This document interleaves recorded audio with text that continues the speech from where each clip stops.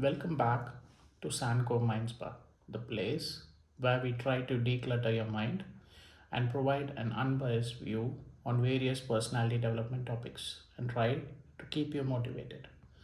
In this video, we try to focus on a team leader's point of view, going into a goal setting discussion with a team member.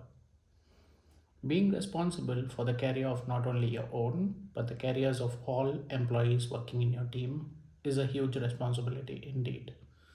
However, as a team leader, the goal setting for one of your own employees should be of utmost priority, even bigger than your own. As a team leader, what are the expectations that you might bring along with you while setting goals for your team members?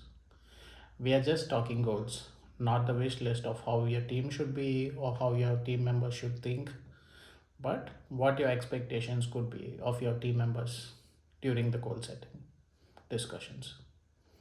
So, your expectations might be number one, your team members show stratified levels of performance.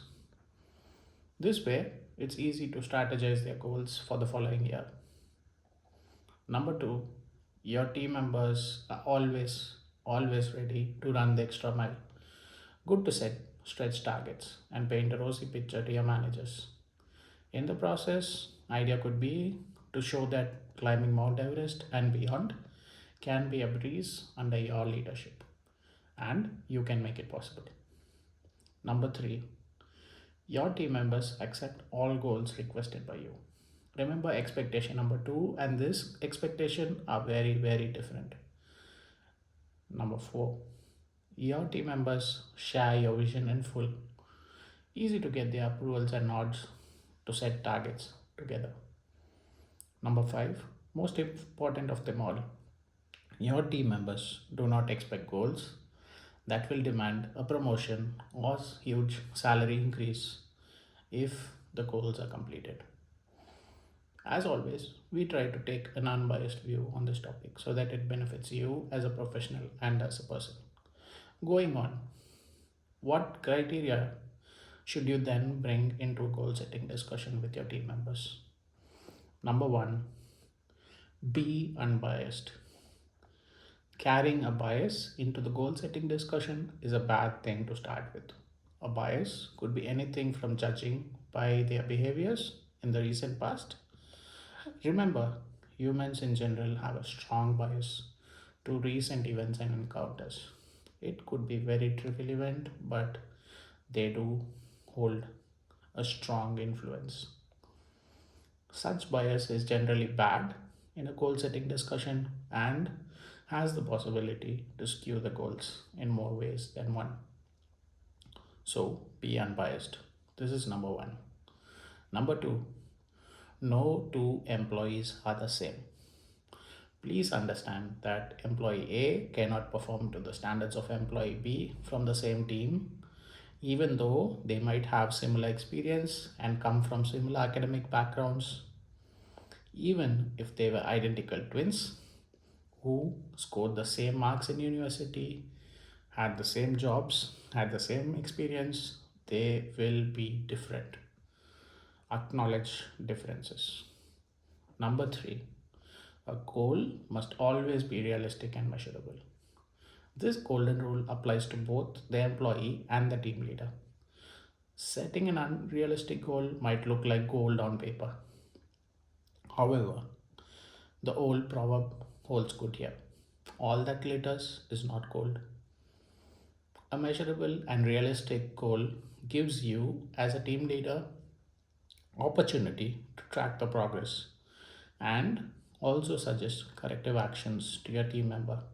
Number four, a goal must align with one of the visions for the team or organization. The alignment of individual goals towards the organization's vision is of paramount importance, and this is your responsibility to ensure. Every employee's contribution, however infinitesimally small as it may be, is important and critical. Make sure you align individual goals to the organizational or departmental targets. Number 5, never make a promise you cannot keep. This is with respect to promotions or remunerations. Please understand that nothing damages the employee more on a moral level than unkept promises. Better to transparently make it clear that their progress will be evaluated at the end of the year and be dependent on organizational performance and the decision of the relevant authorities. And in the end, based on all these factors, they will be rewarded in an unbiased manner. An experienced employee knows this, but it always makes sense to make this clear. Number 6, remember rule number 1 and rule number 5. Both the rules go hand in hand. Do you have any rules as a team leader that helps you navigate the goal setting discussions in addition to the 6 that we mentioned? We'd be happy to hear from you. Do drop in your tricks and tips in the comment section below. And on that note, time to end. Stay healthy, safe, and motivated. Thank you for listening.